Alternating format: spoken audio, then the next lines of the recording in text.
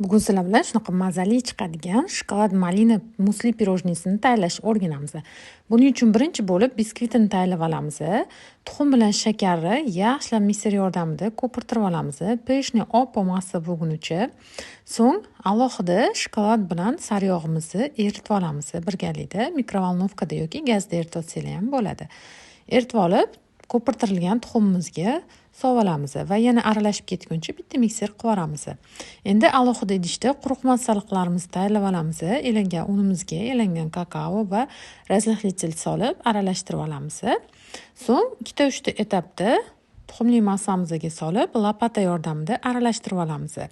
Endi tayyorlab qo'ygan 20 ga 20 qolipimizga tagini folga bilan o'rab olib solib olamiz va qizigan duxovkada 170 gradusda 15 minut 20 minut atrofida pishirib olamiz. Endi birinchi qavat musimizni tayyorlashni boshlaymiz. Buning uchun jelatin bo'ktirib qo'yamiz va alohida idishda shokolad bilan saryog'imizni eritib olamiz. Plitka shokoladidan ham foydalansanglar bo'ladi. Qizlar, menda kiloli shokolad bor edi, shundan foydalandim. Slivkamizni yengil ko'pik qilib mikser yordamida ko'pirtirib olamiz. Mana bu orada shokolad bilan saryog'imiz ham erib oldi. Bu massamizga bo'kkan jelatinimizni mikrovolnovkada eritib olib solamiz va yaxshilab bir xil massa bo'lgunicha aralashtirib tashlaymiz.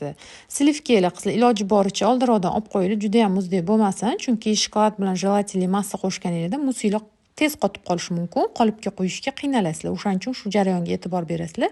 Slivkalarni sal oldinroq qo'yasizlar, mus tayyorlashdan oldinroq. Endi qolipimizni chetlariga atstatniy plyonka qo'yib tayyorlab olamiz va shokoladni tayyor musimizni solib olamiz. Musimizni qotguncha 2 soatga morozilkaga qo'yib turamiz. Keyingi qavatidagi konfisini tayyorlab olamiz. Buning uchun ham jelatin bo'ktirib qo'yamiz. Gazga qo'yadigan idishga malinamizni solib olamiz, shakar solamiz va aralashtirib turamiz. Gazga qo'yib olamiz, shakarlari erib ketguncha, so'ng gazdan olamiz. Issiqligida bo'kkan jelatinimizni solib olamiz. Bu bizda malinali qavati bo'ladi, o'shanda musimizni, ya'ni malinali nachinkasi. Jelatinimizni ham sovordik. Malinamiz issiqda jelatin ham erib ketadi. Tezroq sovishi uchun alohida tog'orachaga bo'shatib qo'ydim. Ozgina sovib olgandan keyin qotgan shokoladning musimiz ustidan quyib olamiz. Yaxshilab tekislab olib, yana malinali nachinkamiz qotish uchun yana qaytib morozilkaga qo'yib turamiz. Yaxshilab qotib olguncha. Keyingi qavat musini tayyorlashni boshlaymiz. Jelatin bo'ktirib qo'yamiz yana va maskarpone siri bilan shakarimizni ozgina aralashtirib olamiz. Mikser yordamida ozgina ko'pirtirib olamiz, shakari erib olgunicha. Bu massamizga endi muzdek slivkamizni qo'shamiz, yaxshilab ko'pirtiramiz.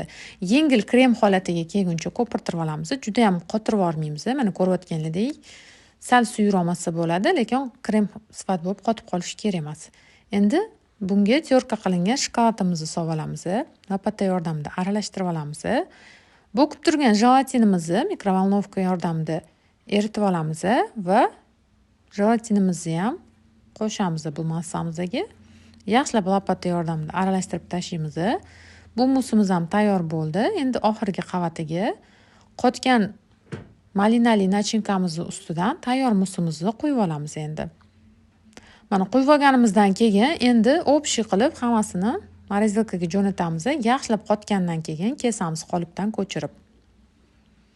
Mana musimizni qotib oldi. Atstatniy plyonkalarni olib tashlaymiz. Endi musimizni kesib olamiz, razrezlarga bo'lib. Bu razmerdagi pirojnigimizdan rovno 10 ta pirojni chiqadi.